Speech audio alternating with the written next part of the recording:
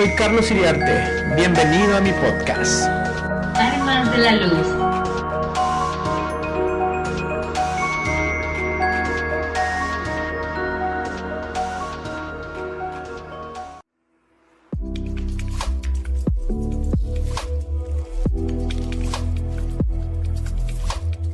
Muy bien, estamos en esta oportunidad en el episodio número 4 de este podcast Armas de la Luz con un amigo muy especial para mí, para mi familia, junto a su esposa también obviamente, quien nos ha ayudado, nos ha bendecido, nos ha dado una mano, hemos caminado juntos durante muchos años.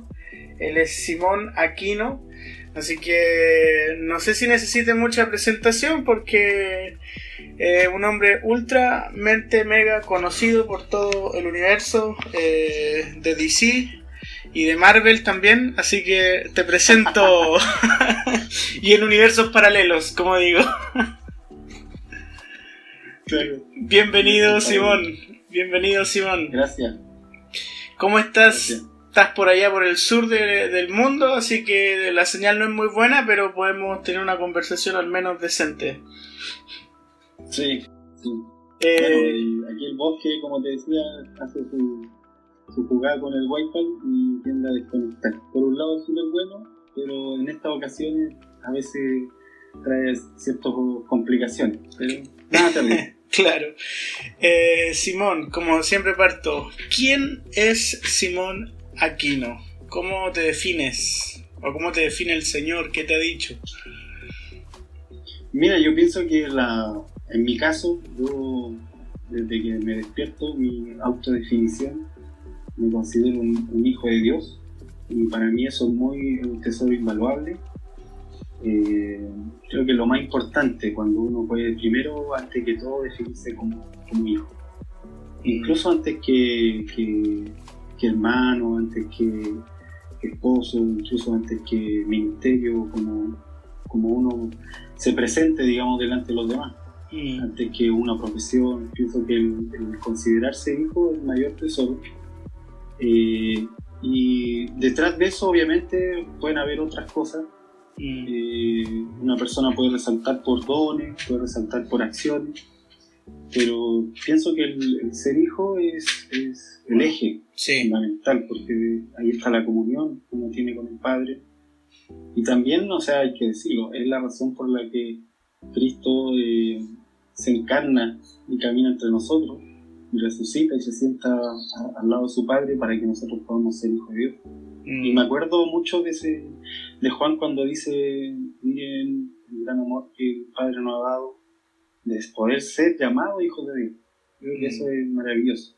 Y en mi autopercepción, en los momentos más felices, más, se puede decir, de mayor alegría, en momentos donde veo que algo resulta, mi sensación interna es la de hijo.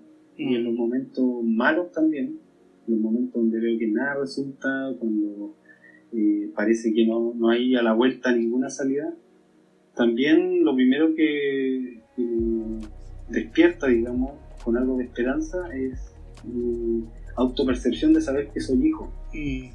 Todo lo demás ahí se cae, ahí cuando uno está o ya sea un problema o en un momento de dificultad que podría llamarlo horrible, lo único que te sigue quedando es lo de hijo. Ahí el profeta desaparece el ministro, el predicador, el escritor, el cantante, lo que sea que uno haga o que alguien haga, desaparece la profesión, todo se derrumba. Y lo único que queda al final es que uno es hijo. Y eso se termina levantando de nuevo y el Señor vuelve a soplar el corazón, vuelve a levantar, y después uno ya empieza a recordar que podía hacer otras cosas, pero la verdad es que viene a ser como el fundamento. Y en mi caso es como mi autodefinición parte por ahí. Esa es la verdad. Sí, súper. Hay una pauta que yo te pasé, pero cuando estaba hablando me empiezan a surgir preguntas, siempre lo digo.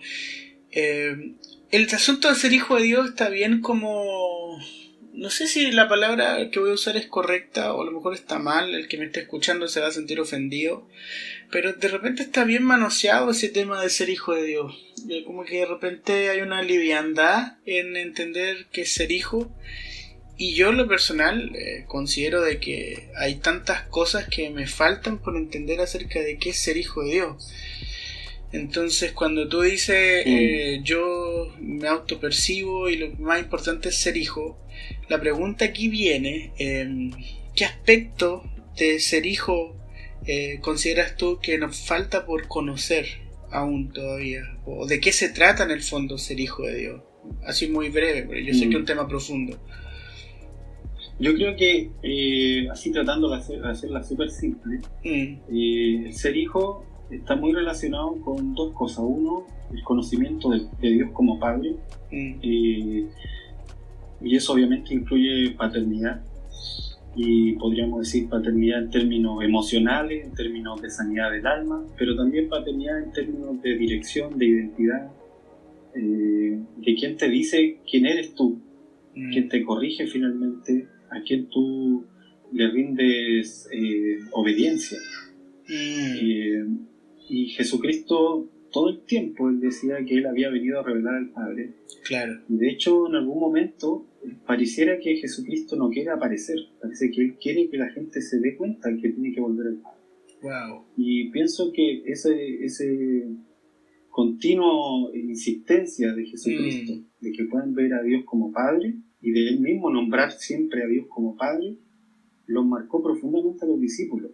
Y a tal punto que ellos ya no vuelven, yo a veces lo menciono esto, pero ellos ya no vuelven a llamar a Dios como Jehová, claro, Jehová Cisqueno, Jehová Rafa, Jehová claro, Chama, no. son nombres. No lo vuelven a usar, claro. aunque sí están ahí. O sea, sabemos que son atributos del Señor y que el Señor se revela así muchas veces, pero pienso que tal el impacto en ellos. Ya no le dicen Yahvé. Entienden que, claro, que ellos saben que Jesucristo vino a presentar a este Dios, al Eterno, como Padre. Wow.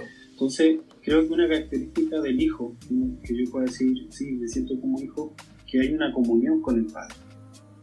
Y obviamente esa comunión con el Padre es una comunión de luz, una comunión que genera justicia, que genera en uno fe, que genera en uno también un deseo de seguir cerca de él.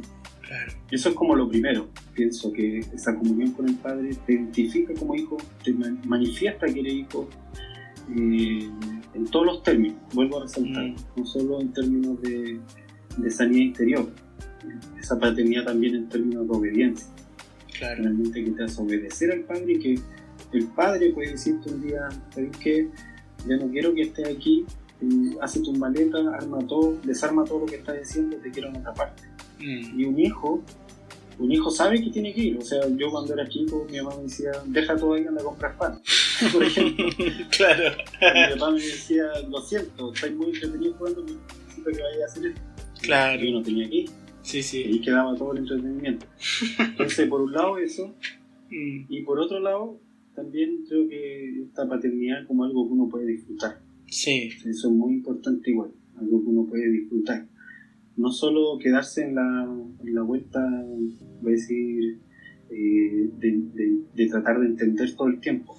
Creo que a veces no vamos a entender cosas, pero sí hay que disfrutarlas. Claro. Y en tanto podamos caminar en eso, claro, va a llegar un momento en que vamos a tener más entendimiento. Cada vez que hay oportunidad de entender algo mejor, hay que aprovecharla. Pero no perder ese punto, de también el Padre hay que disfrutarlo. Disfrutar lo que Él es. Sí. Yo pienso que Jesucristo en su momento más oscuro, como sus 3 años en la tierra, en su momento más oscuro, Él se aferró al Padre. Y no se aferró a nada más, ni siquiera se aferró a su condición de haber sido eterno, de su preexistencia eterna. Claro. Se aferró al Padre y sus oraciones fueron al Padre y su clamor fueron a Él. Y al final tuvo que confiar en que el Padre lo iba a resucitar. O sea, si uno lo piensa, es súper fuerte eso. Pensar que me tengo que lanzar a la muerte y esperar que el Padre me resucite. O sea, a ese punto creo yo que es lo que muestra quién es hijo. Y esa es también una gran diferencia entre, aparte de todas las otras, entre Jesucristo y cualquier otro profeta que uno pueda conocer. Claro. Que Jesucristo era hijo. Cualquier otro iluminado que quiera mostrarse en el mundo, ninguno de ellos ha tenido la capacidad de manifestar al Padre. Claro. Solo el Hijo puede manifestar al Padre. Y creo que esa es como la característica más fuerte. Después vendría otra que tiene que ver con la hermandad. El Hijo siempre hermano. Claro. Ya eso podemos desarrollarlo en la iglesia todos los días. Sí, qué profundo. Partimos los primeros 10 minutos de la conversación ya tirando un montón de bombas a la cabeza. Oye, ¿quién es Jesús para ti? Yo sé que esta pregunta es trillada, pero así, ahora viendo a este Jesús como me lo está hablando, desde esa perspectiva, ¿qué se ha transformado Jesús para ti? Bueno, primero yo lo veo como yo tuve un hermano mayor. Digo tuve porque él falleció. Yeah. Entonces, y tengo otros hermanos que también son mayores. Y gracias al Señor, desde pequeño tuve la oportunidad de conocer la hermandad en términos naturales. Y esa hermandad fue buena para mí. O sea, dentro de todo lo que nosotros como hermanos pasamos en la vida, que fueron muchas cosas malas, entre nosotros siempre se mantuvo cierta hermandad y se ha mantenido. Y entonces, yo mirando el corazón del Señor, yo lo veo a Él siempre tratando de manifestarse como un hermano, a pesar de ser Dios, a pesar de ser eterno. Claro. Y en este sentido, ahora mismo, por ejemplo, creo que en los últimos 5 años he conocido a ese Jesucristo, que es un hermano mayor y que al mismo tiempo es hermano mayor en mi Señor. Esa condición de ser un hermano mayor, porque es el primogénito, es el que se transforma en el primero de la resurrección, es el que como hermano mayor me revela al Padre, en esa condición que también sea mi Señor, y en todo sentido Señor, o sea, que Él pueda decidir algo y que yo tengo que hacerlo ya, o como decían los santos antiguos, Él es mi amo, decían así, Jesucristo es mi amo. Pienso que esa es la condición que yo he podido descubrir últimamente en Jesucristo. Wow. Al principio yo lo veía como un salvador. Claro. Obviamente por la primera etapa de mi vida caminando con Él, yo lo veía que Él era así, literal me salvaba de todo. O sea, no solo el pecado, sino que siempre... De todas las embarradas. Claro, Él venía y recogía los platos rotos, los pegaba. Tú eras como un Yujin. Sí, máximo. Entonces lo vi mucho tiempo como un salvador y eso todavía está ahí. Claro. Pero creo que la revelación se va en ese sentido como acumulando en el corazón. Wow. Y se van superponiendo una cosa a otra. Y ahora último, ese Salvador, ese Jesucristo fiel que conocí en un momento, también se ha transformado en un hermano mayor que me está todo el tiempo invitando a que conozca al Padre, y que es mi Señor también, que a veces se presenta y me da una orden y yo tengo que moverme. Claro. Y ese obedecer esa orden, uno lo empieza a sentir como un privilegio. Deja de sentirlo como que tengo que hacerlo para que me quiera, o tengo que hacerlo para que me tenga cerca, o tengo que hacerlo para no fallarle. Deja uno pensar eso y ya lo empieza a disfrutar. Voy a obedecer y esto es bueno, y lo siento uno bueno. Y me hace mucha memoria, por eso me refería a la hermandad natural que conocí dentro de mi niñez, que con mi hermano en algún momento nos quedábamos solo en la casa mientras trabajábamos. Entonces mi hermano mayor en ese momento él tenía que decir, tú así la cama, tú así, claro, a ti te toca barrer aquí, y hacíamos el aseo, me acuerdo de la casa juntos. Y ahí ese hermano se transformaba en el capitán del barco. Claro, y los demás obedecerlo. Claro.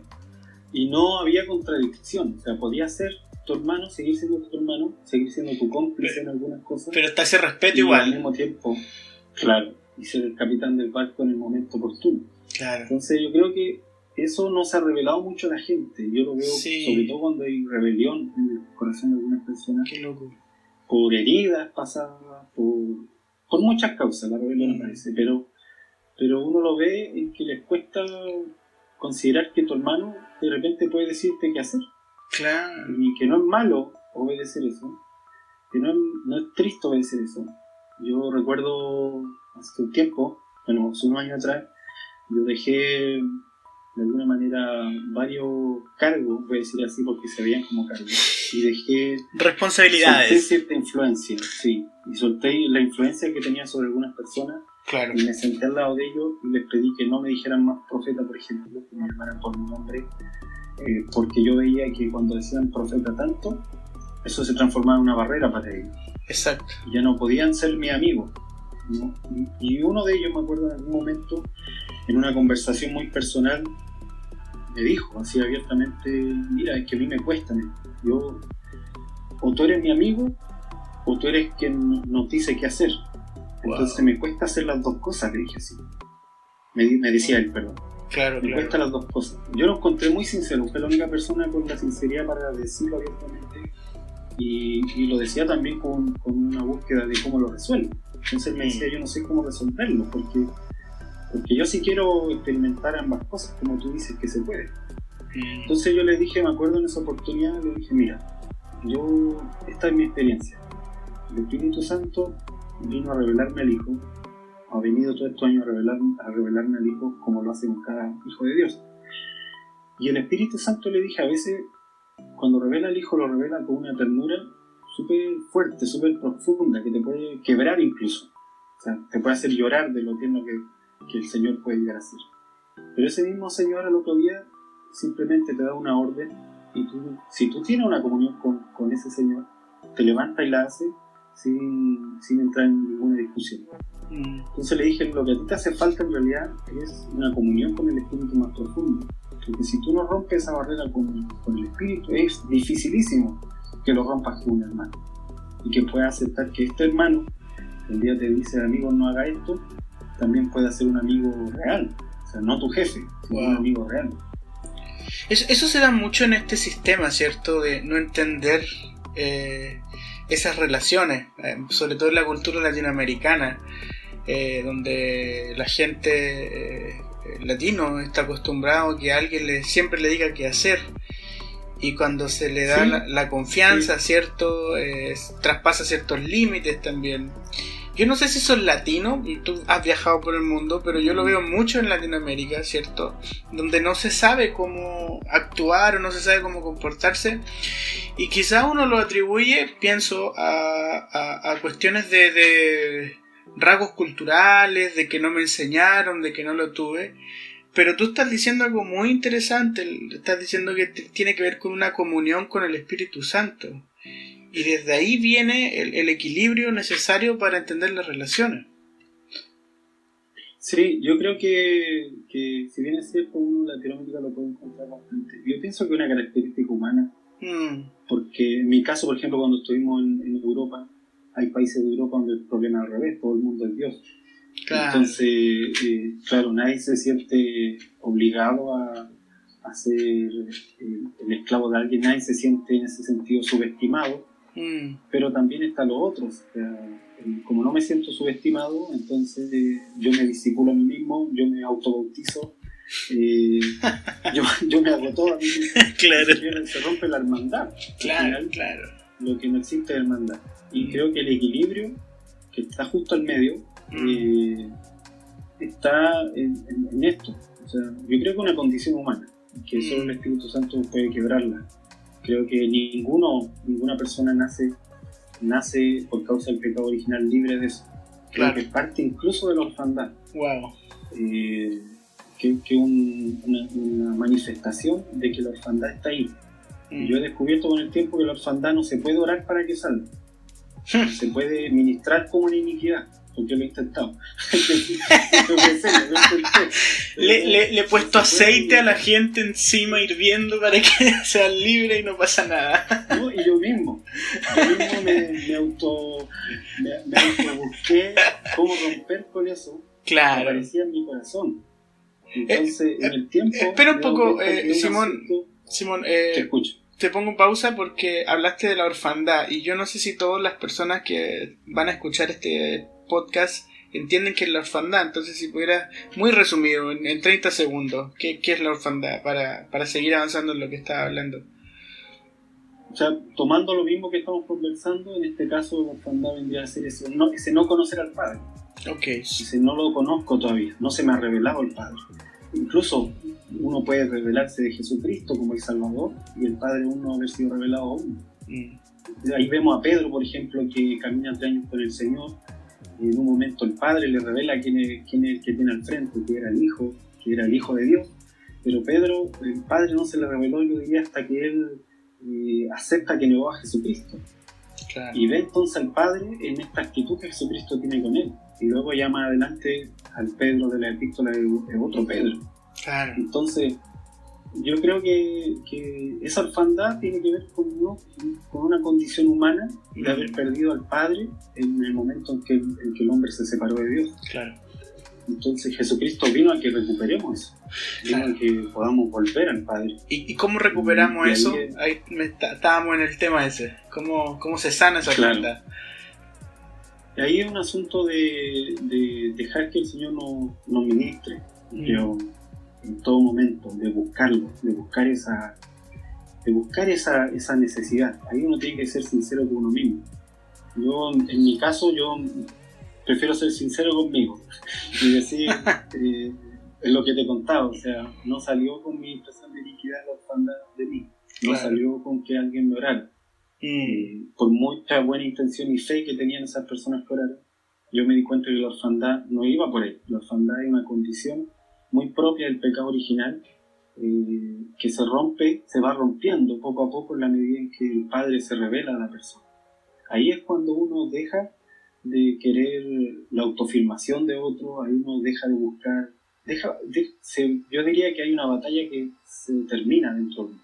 Claro. Hay una pelea interna que se acaba de por sí y viene una paz que es propia de un hijo. Claro. Donde yo sé que el Padre de todo está ahora conmigo, que me conoce tal como soy, que me conoce con todas las cosas buenas que Él puso en mí, pero también me conoce con todas las cosas horribles que están ahí dentro de mí.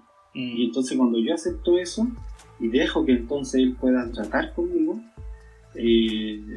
puedo avanzar.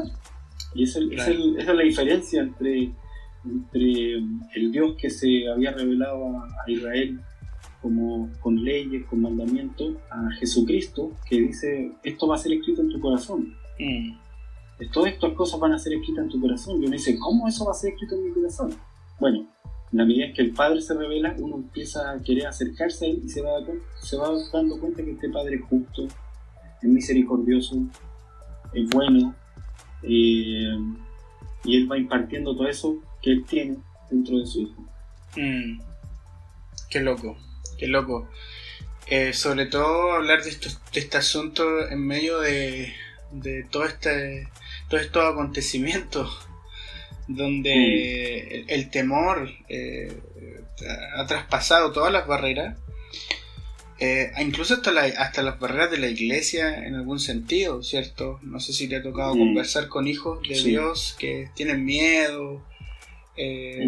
Porque una cosa es también ser responsable, ser consciente con el entorno, hay una responsabilidad social, ¿cierto? De poder en alguna medida sujetarse a la autoridad de turno en cuanto para las normas de convivencia, ¿cierto?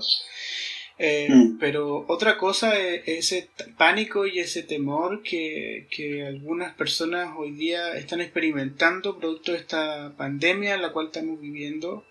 Y por otro lado, cómo el temor genera adicción en las personas y pareciera ser que a la gente le gusta el miedo. Digo esto porque justamente en estos momentos lo que necesitamos es entender que somos hijos, pero al revés de eso la mayoría de la iglesia está planteando su panorama futurístico terrorífico. No sé si me hago explicar. Sí, yo creo que es un problema del temor continuo. Primero no aceptar. Yo creo que ahí vuelvo al punto de sincerarse y decir, tengo miedo, por ejemplo. Señor, tengo miedo. Si yo lo acepto y digo, Señor, no me hago el valiente, Señor, esto me da terror, entonces Dios puede tratar conmigo y mostrarme que ese temor es absurdo, y mostrarme que el amor de Él es posible guardarme de todas las cosas. Y si no quiere guardarme, aún así es posible que yo pase por todo puede decir así, un valle de sombra, cualquiera sea y de muerte sin temor alguno. Claro. Entonces, primero pienso yo con sincerarse para que ese temor salga. Pero segundo también, que ahí ya hablando un poco más profundo acerca del tema del temor, es que el temor, desgraciadamente, a algunas personas les genera un propósito, les genera una razón de ser. Exacto. Cuando hay un temor, hay un enemigo al frente con el que puedo yo luchar. Y cuando no he tenido nada que hacer durante toda mi vida, o mi vida ha sido vacía, ese temor, digamos, que estoy sintiendo, que me empuja a pelear contra algo, le empieza a dar sentido. Y ese creo que es un problema, por eso la gente se va aferrando después de ese temor, se va aferrando a estas cosas. Claro. O sea, y va desgraciadamente a veces incorporándolo a su propia forma de ver el mundo. Ahí es cuando, y eso es lo que le ha pasado un poco a la iglesia, cuando usa ese temor para catástrofes futuras. O sea, nosotros lo hemos visto en Chile más que en cualquier tal vez lugar de Sudamérica, porque los últimos 5 o 6 años, 10 años haciendo el terremoto, hemos llamado harto la atención. Claro, un montón de catástrofes, una tras otra, y yo te aseguro, de todas las catástrofes que han habido, en cada una de ellas me han llegado cientos de correos de hermanos con la última profecía, donde Chile se rompe en 3 pedazos, en donde todo el mundo se va a morir, sí, donde vamos a terminar viviendo en Isla de Pascua. Sí, o sea, sí, Isla de Pascua. Claro. Claro. Entonces, sí. Pero no ha sucedido. No ha sucedido nada de eso. Lo que ha sucedido es que la iglesia que ha escuchado al Señor se ha fortalecido. Y al mismo tiempo, la iglesia yo creo que debería ser una luz de esperanza, no una luz de terror. Y ahí es el problema. O sea, nadie quiere un hijo aterrorizado. Yo no veo a un papá que quiera controlar a su hijo por medio del terror. Claro. Y esa es la parte que a mí me hace ruido cuando veo mensajeros del terror en medio de la iglesia. Yo creo que eso está muy lejos del corazón del Padre. ¿Cuánto nos falta conocer al Padre? Esa es como la reflexión después de todo lo que estábamos conversando acá. Quiero sacarte un poco de eso, quiero sacarte a otro plano en la conversación, porque tú también escribes. Dentro de todas las cosas que tú haces, tú escribes. He tenido la oportunidad de leer algunos de tus escritos, de tus libros. ¿Cuántos libros tienes escritos ya a la fecha? 8. 8 libros. Digamos publicados. Sí, 8 libros publicados. 8. ¿Y estás trabajando en algo, me imagino? Sí. Ok. Sí, estoy en tres cosas. ¿Cómo lo haces?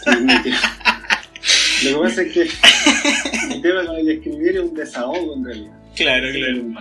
Mira, en una oportunidad no podía hablar, por qué razón no pude hablar.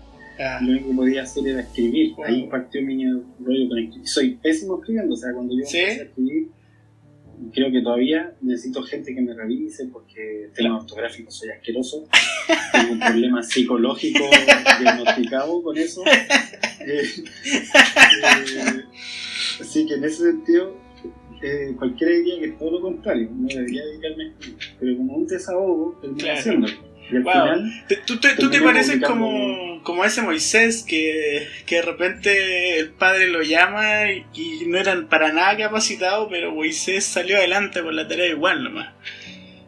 Sí, yo creo que eso es genial, al final lo glorifica a él. Claro. Lo glorifica al Señor, lo informa de que él te lo haya hecho. Ese es el punto. Oye, pero bueno, has escrito, me dijiste 8 libros publicados. Pero bueno, la mayoría de tus libros tienen que ver con la iglesia, ¿cierto? Con entender los tiempos y dónde la iglesia tiene que posicionarse. Pero hay 2 libros que me llaman mucho la atención, que son 2 libros que tú has escrito sobre ciencia ficción. La pregunta aquí, ¿por qué escribir ciencia ficción? ¿Por qué? ¿Cuál es la necesidad de escribir ese tipo de literatura? Mira, te cuento. ¿Te habían hecho esta pregunta antes? Sí, de hecho, cuando publiqué el primer libro, algunos hermanos pensaron que no iba a publicar más de los otros tipos de libros en donde ya. yo hago más reflexiones de la escritura Sí. temas específicos. Entonces me escribían preguntando si los otros cristianos iban a escribir más y tuve que salir Se asustaron. por ahí en un videito a responder. Sí. Entonces yo le hice la misma pregunta al Señor en su momento: ¿por qué ciencia ficción? Y el Señor me dijo: ¿por qué no? Esa fue su respuesta. Simple. Claro, como siempre, así como ¿Por qué te complicas tanto, ser humano? Sí. Y yo la verdad es que con el tiempo, cuando empecé a escribir el primer libro, en realidad son 3 libros de ciencia ficción, 2 ya están publicados y el tercero tiene que salir, que es de una misma historia. Cuando yo empecé a escribirlo, el Señor me empezó a hablar de cómo la mayoría de sus relatos están escritos como experiencias vividas. Creo que las cartas de los apóstoles son los libros, no más podría decir que son reflexiones de un autor acerca inspirado por el Espíritu en este caso, en el caso de la epístola, acerca de temas específicos. Pero la mayoría de todo el Antiguo Testamento son relatos de las vivencias de alguien, que en este caso obviamente no son ciencia ficción en el caso de la Biblia, pero sí son relatos donde uno va aprendiendo a la medida que ve a alguien hacer. Y lo ve, digamos, en el escribir, en el estar leyendo, va viendo: Abraham hace tal cosa, Abraham tiene esta reacción, David decide tal cosa, claro. Esta decisión le pasó la cuenta o esta decisión le ayudó. Y entonces uno va aprendiendo de eso por medio de los ejemplos. Ahora, creo que la mayoría de la transmisión más fuerte de vida que uno puede hacer es por medio de los ejemplos. Pero ¿qué hago cuando no puedo darle ese ejemplo a la gente que está lejos? Esa era una de mis interrogantes. ¿Cómo lo hago? Porque no puedo dárselo, porque tendrían que vivir aquí cerca mío todo el tiempo. ¿Cómo puedo entonces explicar algunas cosas sin tener que entrar al tema teórico, digamos, que es lo que se da más en una reflexión sobre un tema en los otros tipos de libros? ¿Cómo puedo hacer esto? Y creo que la primera ensayo, voy a decir así, que tuve fue en el libro Reflexiones del Fuego, porque en ese libro yo mezclé o uní 2 cosas. Uní una parte que era relato, que relataba un sueño que había tenido, tal como el sueño ocurrió, y por otro lado hacía la reflexión de lo que entonces venía después con eso. Y ese fue como el ensayo de ficción. Y entonces yo tuve la respuesta de los hermanos después de ese libro Reflexiones del Fuego. Me di cuenta que gran parte de ellos habían recibido muchas cosas por medio del relato mismo de lo que ahí se contaba que estaba pasando, en este caso el sueño. Y entonces ahí me decidí y empecé a escribir esta historia de ficción, buscando enseñar cosas por medio de los personajes, que los personajes no dieran el discurso, digamos, sino que vivieran, teórico, claro, que lo vivieran, que tomaran decisiones, que tomaran buenas y malas decisiones, que se enfrentaran a ciertas cosas. ¿Y tú lees ciencia ficción? ¿Habías leído ciencia ficción? ¿Te gusta la ciencia ficción? Cuando chico leía harta ciencia ficción, porque cuando chico me gustó siempre. Veía dibujos animados y todo. Bueno, yo a veces subía mis juguetes también ahí a la web. Sí. Así que todo eso siempre me gustó desde que era chico. Pero cuando salió esto de poder escribir ciencia ficción, tuve que buscar para poder leer, porque yo no leía ciencia ficción hace mucho tiempo. Claro. Entonces me acuerdo que el libro que había leído, uno de Frank Peretti, que se llama Esta patente de oscuridad, muy bueno, que es cristiano. Creo que otros libros que se podrían tal vez decir que en parte tienen también ciencia ficción serían algunos libros de Mark Lucado, que toman algunos momentos de la escritura y le dan otra vuelta y trata de mete ahí personajes a veces nuevos y todo. Y me acuerdo que busqué otros escritores que no fueran cristianos para poder leer y ver cómo sería esto de los libros, esta otra forma de libro. Entonces, claro, empecé a leer eso para poder ver cómo era esto, porque era totalmente diferente la forma de escribir. ¿Cómo fue la recepción de la gente? ¿Cómo te ha ido con las ventas? ¿Tú lo vendes a través de Amazon, Kindle? ¿Kindle se pronuncia? No sé muy bien. ¿Cómo va eso? Mira, al final lo tuvimos que hacer por el tema de los libros con Amazon. porque al principio imprimíamos todos los libros y eso era todo un tema, porque la impresión implicaba tener una bodega, guardar todos los libros ahí, luego moverlos cada vez que había que... Y la distribución también. Los envíos, por ejemplo, eran súper caros, sobre todo de un país a otro.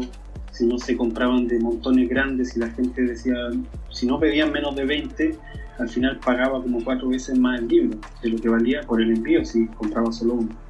Entonces todo era un tema logístico más complejo. Al final apareció Amazon con esta fórmula que tienen ellos, en que ellos imprimen los libros que uno pide.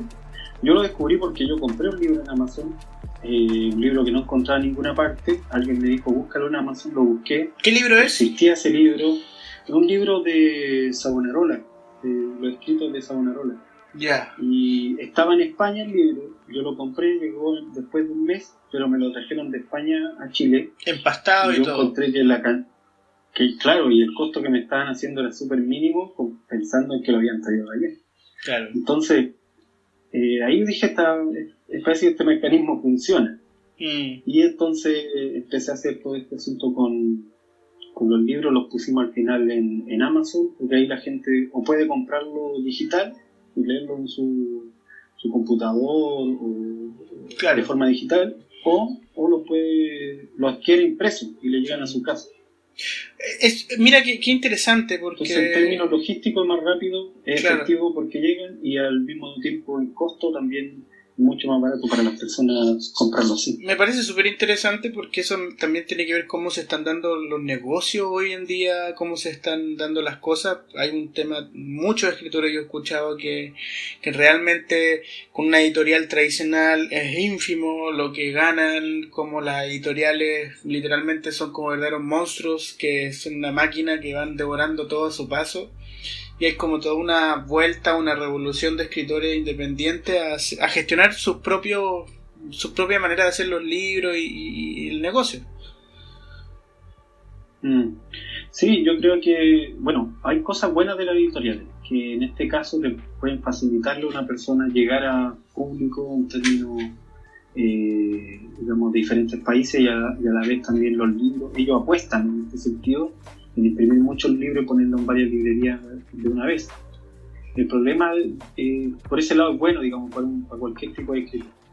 El problema es que a veces los contratos editoriales implican ceder los derechos, a veces implican que ellos contratan a un escritor para que haga ciertos libros. También la editorial obviamente va guiando hacia dónde va a ir el libro en algún momento. No hay una total independencia, porque obviamente ellos van buscando vender ese libro. Claro. Entonces, si en mi caso, por ejemplo, que yo quiero escribir lo que el Señor me diga que escriba y publicar lo que vea que es necesario publicar, siempre al final me mantuve en ese sentido, en esa independencia. Solo para buscar eso. Sí. Normalmente hay contratos, por ejemplo, editoriales en donde se le pide al escritor ciertos libros por año y con ciertas temáticas. Claro. Entonces eso, por un lado, puede ser bueno, digo, para alguien que se dedica, es escritor y esa es su profesión, porque si son libros de medicina, por ejemplo, no hay problema, pero cuando estamos hablando de libros que tienen que ver con la iglesia, es un poco más complicado, porque entonces te tienen que decir los temas que vas a tratar, los temas que no puedes tratar, y eso lo va haciendo más complejo. Sí. Oye, para ir como cerrando este tema de la escritura, una pregunta, quizás es algo ridícula, pero dime, ¿dónde ha sido la persona del país más lejano o extraño de alguien que tú ni siquiera conozcas que te ha comprado un libro, que hayas tenido el reporte? Bueno, cuando estuvimos en Noruega me pasó que estuvimos en la casa de unos hermanos uno de esos días, porque ahí, tanto que ministramos en la iglesia, hubieron días en que le estábamos enseñando a hacer iglesia en casa. Ya. Y practicando la iglesia en casa con los hermanos allá. Y un día, bueno, una hermana de los que conocimos allá, creo que ha sido el lugar más lejano de Chile en términos geográficos. Sí. Trajo uno de sus libros, y era uno de los libros que había comprado. De hecho lo tenía todo rayado y todo. Y obviamente para mí fue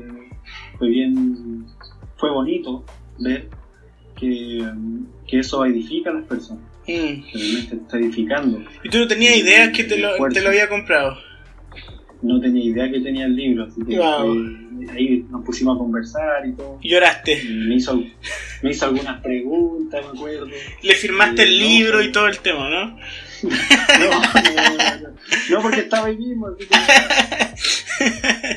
Oye, ¿qué consejo le das tú a las personas que quieran iniciarse en la escritura?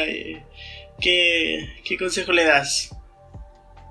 Bueno, pienso que si alguien va a escribir cosas que tienen relación con la iglesia y con el Señor, creo que el único consejo sería dedicar mucho tiempo a escuchar al Señor.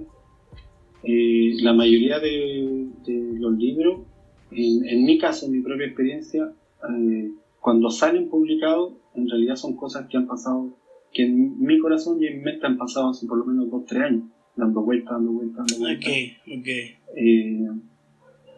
No un plazo tan corto, porque uno después se arrepiente de haber escrito algo con lo que ya no coincide, digamos, en el tiempo. Claro. Entonces, eso yo personalmente puedo decir que hasta ahora, de los 8 libros que hay, no me ha ocurrido por el simple hecho de haber esperado bastante tiempo depurando todas estas cosas, conversando las cosas que pienso con otros hermanos, ir puliendo, no solo quedarme con mi pensamiento. Eso en cuanto a la iglesia, cuando se trata de la iglesia.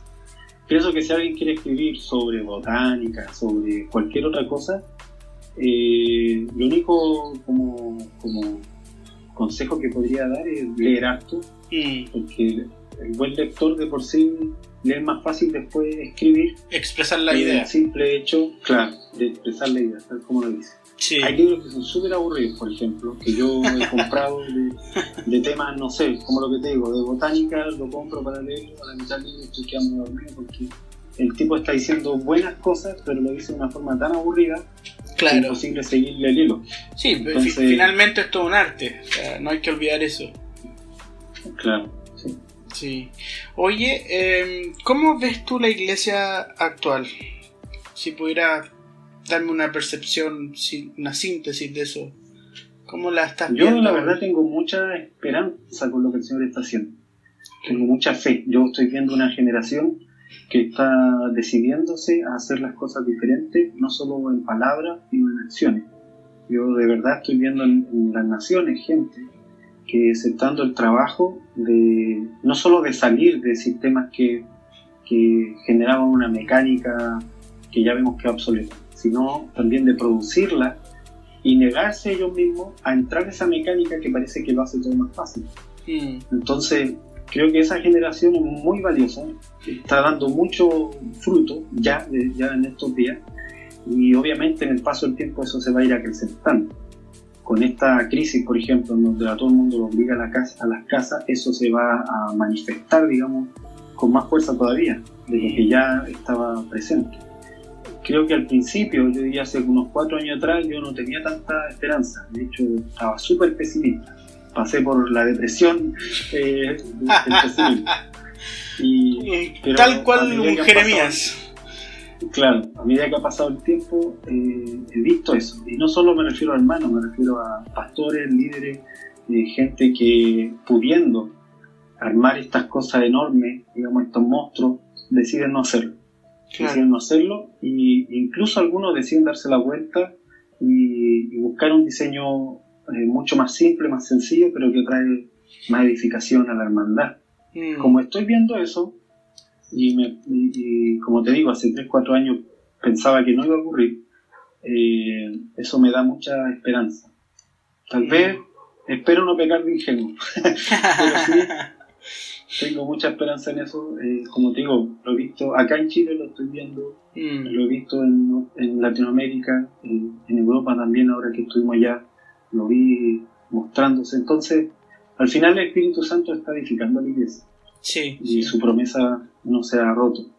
Ahora, como decía un amigo, Johannes, un amigo de Alemania, ahora mismo hay un apagón de templos. Claro. Ahora mismo estamos en un apagón mundial de templos, y eso, que se quiera o no, es un acto del Señor. El Señor acaba de apagar las luces que están sobre los hombres, como cantan aquí en Latinoamérica, para que Él solo pueda brillar. Por fin lo estamos cantando y haciéndolo, porque antes lo cantábamos y no lo hacíamos. Antes lo cantábamos con el foco encima, Y eso no era muy... Lo cantábamos en no la era plataforma. Claro, con buena intención, obviamente, Sí, sin duda. con un deseo de que se produjera, pero en la práctica ahora sí está ocurriendo. Y bueno, va a terminar obviamente esta pandemia y lo que va a quedar es iglesias que van a fortalecerse en esto, van a seguir avanzando, congregaciones. Por ejemplo, en la congregación nosotros participamos todo el tiempo en Santiago, hay por lo menos 8 o 9 iglesias en casa. No es una congregación pequeña, es una congregación que en número, cada vez que nos reunimos en un salón, una vez al mes, es bastante gente. Pero en sí la gente edifica la iglesia en las casas. Y eso venimos haciéndolo hace por lo menos 2-3 años y ha dado mucho fruto y por eso se ha mantenido. Y hemos peleado todos los años por no entrar en esta mecánica de producir en masa, por no entrar en esta mecánica de priorizar el show, por no entrar en esta mecánica sino que tratar de que el Señor nos diga qué es lo que hay que hacer. Cuesta hacer Entonces, eso. Está ocurriendo. Esa es mi alegría. Te digo que cuesta no entrar en eso, porque el ser humano de por sí siempre está pensando en qué hay que hacer. ¿Qué hay que hacer? ¿Qué hay que hacer? Sí. Y a veces el padre no te dice qué hay que hacer, sino te dice, siéntate aquí y quédate tranquilo un rato. Sí. Sí. Y en relación a eso, ¿cómo ves? Bueno, estás viendo con mucha esperanza, con mucha expectativa lo que el Señor está haciendo. Y a futuro, a 3 personas bueno, contigo es la tercera persona que le hago esta pregunta en el podcast. No sé cuál sea tu perspectiva sobre los acontecimientos finales. Siempre digo esto, porque según tu perspectiva me vas a responder esto ahora. ¿Cómo ves la iglesia de aquí a 50, 100 años más? Hay bastante tiempo. Yo creo que ahí tendría que bueno, yo creo que las siguientes generaciones que van a experimentar estas reuniones sencillas de casa, de esas generaciones, sobre todo los niños que hoy día hay, que esa es su realidad de iglesia, no es, digamos, la cosa templocéntrica, sino que su realidad de iglesia ha sido la hermandad en una casa. Yo creo que esa generación la va a romper, como dicen acá, va a salir de todos los límites que teníamos, porque ya no va a tener ese problema de las 4 paredes. Y uno puede decir, no, sí, esto es sencillo, lo hemos predicado hace años, pero la verdad es que no. Yo he visto la diferencia entre alguien que suelta eso de verdad a alguien que solo lo predica. He visto la diferencia en cuanto a cómo su caminar con el Señor cambia profundamente. Entonces, creo que en unos 50 años más, pensándolo así, esta generación que hoy día tiene 5 años, en 50 años más van a tener 55, ellos habrán impulsado una iglesia que de verdad va a poder entrar a todos los lugares conocidos, como lo fue en el inicio de la iglesia. Porque no van a tener esta dependencia, este centralismo que hoy día nosotros tenemos. Va a haber más libertad y esa libertad va a producir que el Espíritu Santo también pueda moverse de una forma distinta en la iglesia. Entonces, como decía antes, tengo mucha esperanza y finalmente va a haber un Thanos derrotado y un señor diciendo yo soy Dios y dando el último chasqueo. Un Thanos derrotado, claro. O sea, la iglesia va a saber dónde darle con el hacha, ¿cierto? Sí, seguro que sí. Oye, qué bueno todo lo que hemos conversado, de verdad. Ha sido pero muy, muy edificante, muy profundo. He quedado reflexionando en varias cosas, de verdad que sí. Este programa se llama Armas de la Luz, amigo, y me gustaría que también pudieras como darnos un arma al cual pudiéramos poner atención. No sé qué cosa hay en tu corazón para compartir, ya sea qué cosa tenemos que mirar y decir, wow, esto nos dio el Señor a la iglesia, a sus hijos, y a veces pasamos por alto eso. Bueno, creo que Armas de la Luz, bueno, es bastante amplio. Podría quedarme conversando de la luz porque le dije que prendería todo, pero pero para no quedarme en eso, digamos, y no decir no se lanzó por ningún arma, creo que un arma bastante poderosa Yo sé que a todo el mundo le gustan las armas que son de ataque. Claro. La espada. Obvio, todos queremos ser el Power Ranger rojo. Claro. Pero yo me tiro más por creo que el escudo de la fe es lo más poderoso que hay. Okay. Bueno, no sé si lo más poderoso, pero sí es algo que se utiliza todo el tiempo. Y es necesario tenerlo. Creo que el escudo de la fe es la fe misma. De hecho, a veces yo he pensado cómo las ciudades tienen su identidad plasmada en su propio escudo. Y la fe hace eso también con uno. Nuestra identidad al final, con el Señor, se va formando en base a esa fe que tenemos en Él. En la medida en que esa fe es profunda, esa medida de fe va creciendo, o ese fruto de fe va aumentando en nosotros, nuestra identidad se parece más a lo que el Señor quería desde un inicio con nosotros. En la medida en que ese escudo también está destruido, es muy difícil que tengamos la identidad correcta. Entonces, pienso que en esta batalla, digamos, de tinieblas versus luz, la fe es primordial. O sea, yo respeto mucho a la gente de fe. Yo me aburro a veces con la gente erudita. Sí, pues, te digo a la gente. Claro. A veces estoy conversando y entro como aburrirme, pero... Espero que no te aburra en esta conversación. No, es que aquí hay fe. Yo creo que lo que tiene que ver con fe, cuando tú puedes decir, mira, no tengo idea cómo va el asunto, pero le creo al Señor. Claro. Esa actitud. Sí. O sea, yo aquí, por ejemplo, he conocido muchas personas muy entendidos del Señor en muchos ámbitos, y obviamente siempre un agrado, pero cuando esas personas también son gente de fe, es muy distinto. Es muy, muy, muy diferente. O sea, ahí deja de ser el erudito y aparece el hijo. Claro. Entonces, yo creo que la fe, como te digo, yo respeto mucho a la gente que tiene fe. O sea, no me importa si se sabe, digamos, si puede desmenuzar un versículo en cuántas palabras griegas tiene o cómo se decía en la antigüedad. No es para mí tan importante más que el hecho de que si esa persona cree esas palabras o no. Y si ha demostrado con sus actitudes, con sus acciones, que él cree. Yo respeto mucho la fe. Y creo que eso es lo que agrada al Señor. O sea, sin eso le caímos mal al Señor. Le caímos mal. No importa cuántos diplomas le mostremos. Claro. No importa cuántos libros no hayamos leído. Yo creo que sin fe a Dios no le interesa, porque Él ya sabe todo. No hay nada que enseñarle. Pero si hay algo, creo que hace que el padre diga, mira, ahí está mi hijo, es que uno le crea a él. Le crea lo que él le dice a uno. Entonces, pienso que es un arma poderosa. Un buen escudo de la fe te va a salvar incluso cuando se te suelte la espada.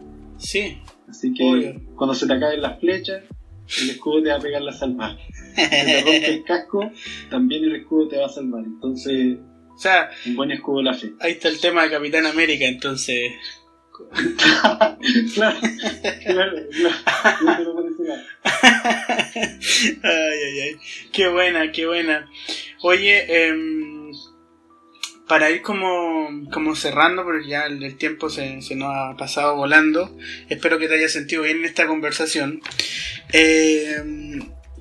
¿Qué crees tú que hoy día, con respecto a esta pandemia, aparte de reunirnos en casa, que es lo que estamos aprendiendo como iglesia, que creemos que el Señor ha estado hablando de eso justamente, y la pandemia viene como a reflejar esa voz del Señor, ¿qué crees tú que la iglesia debería poner atención y quizás no estamos poniendo atención?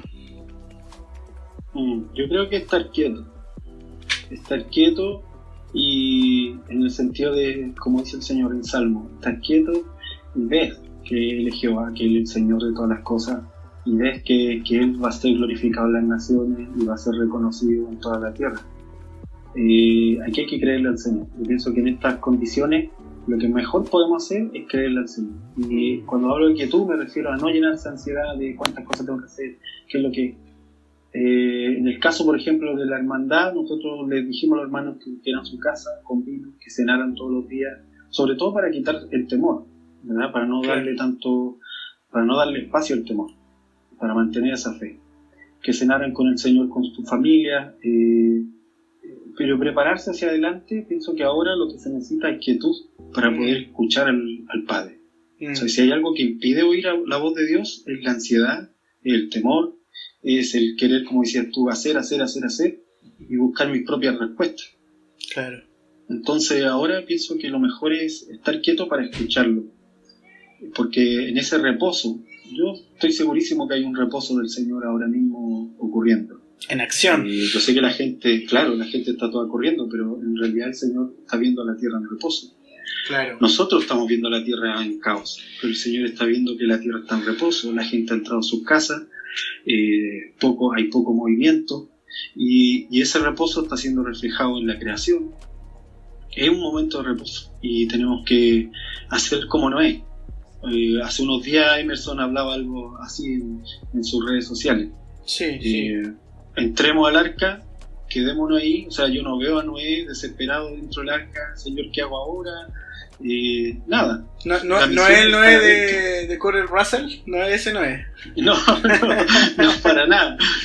Este es Noé que está ahí en la paz. Sabe que el Señor tiene el control de todo a tal punto que el arca no tiene timón, no tiene cómo darle dirección. Claro. O sea, el que manda ahí es el Señor. Wow, tremendo. Yo creo que esa es nuestra quietud. Sí. Tenemos que estar en nuestras casas con esa conciencia. Aquí el temor lo tiene Él. Wow. No hay nada que yo pueda hacer que cambie todo esto. Sí. Nada, absolutamente nada. Lo que yo tengo que hacer ahora es creerle. Súper. Tremenda enseñanza, amigo. Mira, siempre los podcasts los termino con 4 recomendaciones. Uno es un libro que tú puedas recomendar. Otro es un disco de música que te guste, que puedas recomendar a escuchar. Un compositor de música, si es que lo conoces alguno. Y una película. Así que yo te voy a ir haciendo las preguntas y tú me vas haciendo ahí, dando la respuesta y vamos conversando sobre eso. Película que nos recomiendas para que podamos ver y los auditores puedan ver también. Había una película que me guste mucho. Es que me gusta un montón de películas. Ahí me la pusiste difícil. Pero recomienda una buena. una que tuviera ahí. Una buena. Esta véanla porque les va a gustar. A mí me gusta Interestelar. Ok, súper. Muchísimo, en todo sentido. Yeah. Muchísimo. Yo rayé con esa película, fui como 3 veces al cine a verla. Me gusta 8D, el en todos los final. formatos. Sí, yo sé que hay momentos de la película que son súper ateos. Claro. Pero al final la respuesta que da la película me parece muy del cielo. Como el amor traspasa el tiempo. La victoria. Todo. Claro. Exactamente. Sí, súper. Me gusta mucho esa película. Okay. Aunque podría añadir otra, porque La Cabaña también es una buena película. Sí. Buenísima. También ¿Está en Netflix ahora? Sí, está en Netflix. Buenísima película. Creo que hay partes que abordan acerca de la sabiduría, por ejemplo, que me parecen muy buenas. Sí, muy buena película. Uno está con el nudo en la garganta todo el rato ahí. Oh, sí, horrible. ¿Qué libro debería la gente leer? Esta sociedad chilena. A ver. Obviamente las escrituras, siervo de Dios. Obviamente. A mí me gusta un libro muy bueno que se llama Dios en pie de guerra. Un poco gordito, sí. ¿Ya? Pero creo que es un esfuerzo realmente consciente, con mucha conciencia del escritor, por hablar de la guerra espiritual, ni siquiera en términos proféticos, sino de mostrar cómo la guerra espiritual está desde el Génesis hasta el Apocalipsis, cruzando todas las escrituras. Wow. Pienso que es un buen libro. ¿Quién es el si autor? Alguien se anima. Gregory Boyd, creo que no sé si lo pronuncie bien porque no es no recuerdo si es norteamericano o inglés, pero Gregory Boyd, lo busca ahí. Ya, Dios en pie de guerra. Dios en pie de guerra. Está en Amazon y todo, ¿cierto? Debe estar seguramente. Ok, ya, es antiguo el libro. Es antiguo, sí, antiguo. Yeah. Un libro buenazo. Ok, vale. ¿Qué música recomiendas para poner atención? música que recomiende. Te pillé en frío con esto, ¿cierto? Con Bach. este test. Yo recomiendo Sebastián Bach. Ya. Quiero recomendar algo que yo sé que la gente adora con los estilos de música que les gusta. Sí, pues. Entonces quiero recomendarle algo a la gente que yo sé que es difícil que lo hayan considerado, pero Okay. Bach tiene La Pasión, por ejemplo, basado en Mateo. Ya. Toda la escritura de Mateo de la Pasión de Jesucristo, yo he llorado con eso. Pero hay que escucharlo con un audífono, hay que sentir, digamos, cada canto. Meterse en el Cada cuento, canto, como porque- decimos. Sí, yo creo que Bach en su búsqueda del Señor, que sabemos que era muy profunda, logra atrapar un poco el sentir del mártir cuando está en algunos episodios de esta... Es Wow. como una ópera en realidad, Ya. O sea, así que No recomendadísimo. con esta última recomendación, todos quedamos como, ¿qué? What? De hecho, hay una, si no me equivoco, hay en YouTube una ópera de Bach, esta misma, no sé si San Mateo, porque creo que él hizo también otro, pero creo que viene hasta con subtítulos, para que la gente sepa lo que están cantando. Entonces, pero yo la recomiendo con audífono. Ok. ¿Qué estás escuchando Pienso que hay últimamente? un problema con el tema de la adoración, de que uno tiende a adorar con lo que le gusta en su estilo de música, y es un rollo. Porque Sí. al final la adoración no es para uno, es para el Señor. Sí, Entonces, sí. Ahora, en la realidad pregunta es que esto es una... Mira, te metiste en un tema que es un asunto súper discutido. es para largo, sí. Sí, pero... Sí. Pero porque ahí surgen miles de preguntas. ¿Y cuál es la música entonces que le gusta? Y hay por otra tendencias Sí. que te dicen, no, si el Señor no tiene que ver con la música, tiene que ver con la actitud del corazón, ¿cierto? Y otros te dicen, aparte la actitud del corazón tiene que ver con los sonidos que se producen, ¿cierto? ¿Cuál es tu visión de eso? Bueno, yo pienso que la adoración, así en términos más sencillos, es devoción. Ok. Es darle devoción, en este caso, a Dios. Me gusta el proscuneo, el término que se usa para decir que es como un perrito que le está lamiendo la mano al amo que le acaba de dar de comer. Entonces, si tú lo piensas, la adoración, en términos generales, la creación adora y no todos los animales cantan. O sea, la creación adora, finalmente, siendo lo que Dios les dijo que fueran. Esa es su forma de adorar. Y al final nosotros adoramos siendo lo que Dios pide que seamos.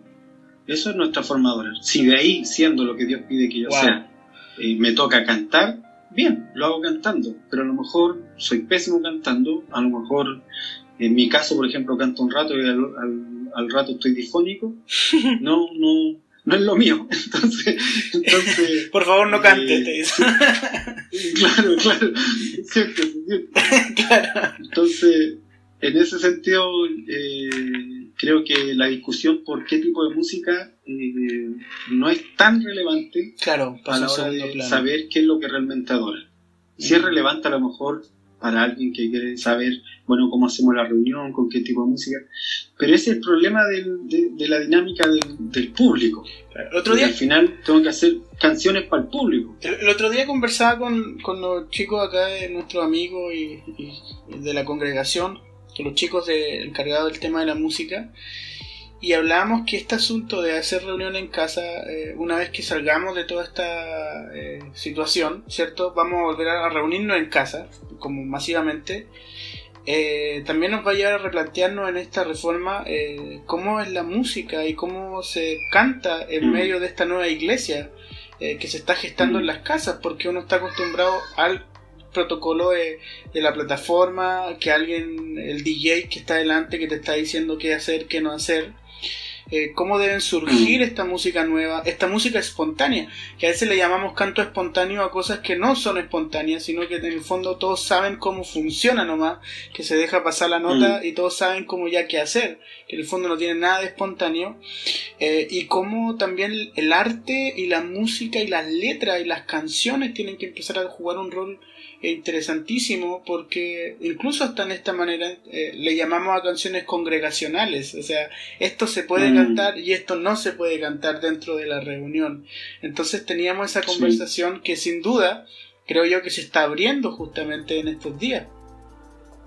Sí, bueno, ahí está una de mis esperanzas con esta iglesia que va a crecer en medio de esto y que en unos, como hablamos de antes, 50 años más ya van a tener resuelto todo este asunto. o en gran parte por lo menos resuelto. Yo creo que igual a mí me gustan, por ejemplo, las canciones que compone, me gustan muchas canciones que tiene Michael, por ejemplo, Michael Bublé. Hay una canción, por ejemplo, de Brunet que me gusta mucho, aunque en realidad parte una hermana cantando al principio. El coro dice algo así como... no me puedo acordar. Bueno, se nota que te gusta. Aparecen en una casa. Se nota que te gusta mucho. Que no quiero cantarla para no arruinar el momento. Claro. Pero hay canciones que son buenísimas. Hay canciones, por ejemplo, de Israel que tienen en el disco de Trono Justicia que a mí me gusta mucho. Me gustan las melodías también de Felipe Amigo con el CD La Revelación de Jesucristo. Está en Spotify. Claro, está en Spotify. Para promocionarlo. He usado, por ejemplo, alguna de esas melodías. Hay una que se llama El Temor del Señor o El Temor de Jehová, no recuerdo bien, pero la he usado para tener mis tiempos con el Señor. Entonces, yo creo que va a seguir apareciendo hermanos a quien Dios les dio la capacidad de hacer esto, porque eso nos ayuda a nosotros, sobre todo los que no tenemos muchos dones en este sentido. Pero al mismo tiempo hay que romper esa discusión de tal como dices tú, esta discusión de esto es congregacional, esto no es congregacional. Entonces se va a ir cortando porque en una casa tú no tienes público, en una casa tú tienes una hermandad. Claro. Y a mí eso me gusta mucho en las casas, que se rompe precisamente esa dinámica del público. Si es una cosa que me hizo dejar bueno, tú sabes que en las últimas reuniones que tuvimos en Santiago no había música. Sí. Partíamos fue un choque. sin instrumentos. Y lo hicimos así el último año, 2019, y no es porque no nos guste cantar, al contrario. También todo el mundo sabe que al principio nosotros podíamos estar 4 o 5 horas adorando y sin ningún rollo. Algunos se aburrían, se iban a tomarse un café. Algunos nos sentábamos a reflexionar con los ojos cerrados. Claro. Entonces, en ese sentido, pero ¿por qué tuvimos que parar? Porque a veces yo estaba adelante en este canto espontáneo, estaba adorando al Señor y de repente me daba cuenta de que las personas estaban como un público esperando a ver qué hacíamos los de adelante. Exacto. Y eso me causaba mucha tristeza porque yo sabía que al final el centro tiene que seguir siendo el Padre al final. Y eso me hacía sentirme raro. Claro. Que al final me sentaba y terminaba cantando sentado en la banca o terminábamos cantando en un lugar donde no se viera que estábamos adelante. Entonces al final dijimos hay que dejemos esta cuestión ahí, no pongamos música por un tiempo, solamente adoremos sentados todos, empezamos a orar y buscamos al Señor así y experimentamos otra forma de adoración mientras, hasta que encontremos una respuesta. Ahora, ¿qué veo yo? Que en la iglesia, en las casas no pasa eso, no hay público, la gente sí se mete todos juntos, sin entrar en esta forma. Entonces, por otro lado también creo que sí, podemos juntarnos en un estadio y cantar una canción todos juntos, maravilloso. Obvio. Pero si eso no es, mientras yo no vea que eso es la única forma de adorar, todo bien. Claro. No, lo que pasa es que... Y ese ha sido el rollo. Claro, lo que pasa es que como nos juntamos, del mes nos juntábamos 2 veces o 3 veces a la semana repitiendo esta dinámica, hay como un acostumbramiento, entonces... No es malo este asunto de una congregación, una multitud juntándose y una plataforma, quizás no tiene nada malo, considero yo, pero eso ya se transformó en lo habitual, y ahí como que empezamos a tener choques internos y maneras de ver las cosas que fueron siendo bien extrañas. Wow, qué tremenda conversación, amigo. De verdad que sí. Ahora yo creo que ya tendríamos que ir terminando porque se extendió bastante esto. Se supone que estábamos terminando con las recomendaciones, pero tú saltaste con Bach, ¿viste? Unas últimas palabras que quieras compartir, algo de tu corazón, algo que sientas, decir, que creas tú que es importante mencionarlo llegando al final ya de esta conversación. Bueno, primero agradecerte, Carlito, por esta oportunidad, por este rato. Invitar a todos los hermanos a no perder fe en todo lo que se vea en la noticia y todo, a no perder tampoco sensibilidad, con el dolor de la gente que no conoce al Señor y aprovechar esa oportunidad. A veces tal vez es verdad que uno no se puede acercar porque es la recomendación del gobierno y más adelante va a ser ley también en algún momento, las cuarentenas obligadas, pero sí uno puede poner un mensaje en su polera, en un papel, en el auto, invitar a la gente que está viendo alrededor a no perder fe. Va a ser un momento oscuro para la gente que no tiene de qué aferrarse, pero nosotros tenemos al Señor, nuestra roca firme, que ha sostenido a la iglesia por muchas epidemias que han pasado por la tierra, ha sostenido a la iglesia en muchas catástrofes y lo va a seguir haciendo, y lo va a hacer después con nuestros hijos, nuestros nietos, y cuando nosotros no estemos, Él va a seguir sosteniendo a la iglesia. Y que solo decir, alimentar la fe, eso hay que hacer, alimentar la fe. Wow. Súper. ¿Dónde te puede seguir la gente en tus redes sociales? Si quieres dar el paso a aquellos que estén escuchando esto y aún no te conozcan. Sí, ahí estoy. ¿Cómo te buscan? ¿En Instagram, Facebook? ¿Simón Aquino? ¿Tu Instagram? ¿Simón Aquino? Sí, Simón Okay. Aquino. Súper. Genial, gracias por esta conversación, amigo. Gracias a ustedes. Por este momento voy a parar la grabación y ahí luego nos despedimos más Listo. para comentarte algunas cosas. Gracias.